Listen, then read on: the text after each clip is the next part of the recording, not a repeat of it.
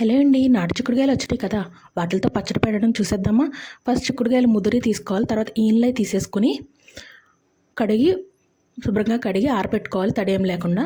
తర్వాత ఒక గిన్నెలోకి 200 గ్రాముల చింతపండు తీసుకుందాం. తీసుకుని దాంట్లో వేడి నీళ్ళు పోసి నానబెట్టుకుందాం.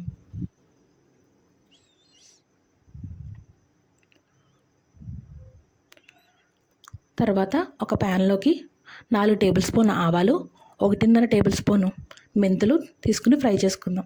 నేను 1 కేజీ చిక్కుడుకాయలు తీసుకున్నాను, దానికి క్వాంటిటీ సరిపోతుంది. ఇది తీసుకుని మీడియం ఫ్లేమ్లో ఫ్రై చేసుకుందాం. ఇవన్నీ మంచి స్మెల్ వచ్చేంత వరకు ఫ్రై చేసుకుని తర్వాత ఒక ప్లేట్లో తీసుకుని చల్లారబెట్టుకుని మిక్సీ పట్టుకుని పక్కన పెట్టుకుందాం.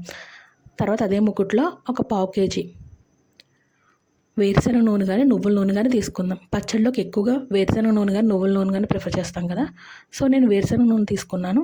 తర్వాత చిక్కుడుకాయలని కొంచెం కొంచెంగా వేసుకొని ఫ్రై చేసుకుందాం. అన్నీ ఒకేసారి ఫ్రై అవ్వాలంటే సరిగ్గా ఫ్రై అవ్వసారు, సో అందుకని కొంచెం కొంచెం తీసుకుని ఫ్రై చేసుకుందాం. ఇవి కూడా మీడియం ఫ్లేమ్లో ఫ్రై చేసుకోవాలి. అదిగోండి, ఇలా ఫ్రై అయ్యేంత వరకు ఫ్రై చేసుకుని తర్వాత ఒక పెద్ద గిన్నెలో తీసుకోవాలి. అలాగే మిగతా చిక్కుడుకాయ కూడా వేసుకుని ఫ్రై చేసుకుందాం.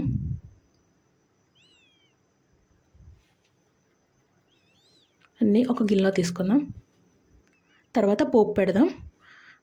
అదే నూనెలో కొన్ని ఆవాలు, కొన్ని మెంతులు, కొంచెం జీలకర్ర, అలాగే 4 ఎండుమిరపకాయలు కూడా వేసుకుని ఫ్రై చేసుకుందాం. తర్వాత కొంచెం కడిగి ఆరబెట్టిన కరివేపాకు కూడా వేసుకుందాం. అది కూడా కొంచెం ఫ్రై అయిన తర్వాత ఒక 1/2 కప్పు వెల్లుల్లి పాయలు ఉంటాయి కదా, అవి మొత్తం క్లీన్ చేసేసుకుని కొంచెం వేసుకుని ఫ్రై చేసుకుందాం. బాగా ఫ్రై అవ్వక్కర్లేదు, ఎందుకంటే పచ్చడిలో కాబట్టి ఊరుతాయి కాబట్టి. ఆ పోపి కూడా దాంట్లో చిక్కుడుకాయ ముక్కల్లో వేసేద్దాం. తర్వాత మళ్ళీ దాంట్లో కొంచెం ఆయిల్ తీసుకుని కొంచెం అంటే మళ్ళీ ఒక 1/2 కేజీ పడుతుంది నూనె, అది కూడా కొంచెం హీట్ అయిన తర్వాత ఇందాక చింతపండు నానబెట్టుకున్నాం కదా, దాన్ని మొత్తం గుజ్జులాగా ఇలా తీసేసుకుని వేసుకుని ఫ్రై చేసుకుందాం.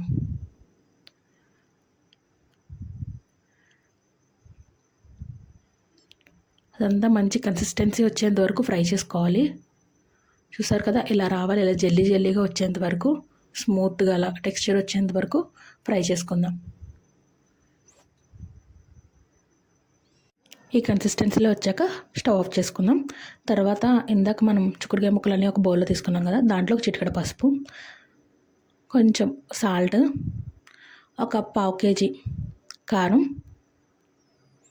అలాగే ఆవాలు మెంతులు మిక్సీ పట్టుకున్నాం కదా, అది కూడా పౌడర్, అలాగే చింతపండుది కూడా వేసేసుకొని బాగా కలుపుకుందాం.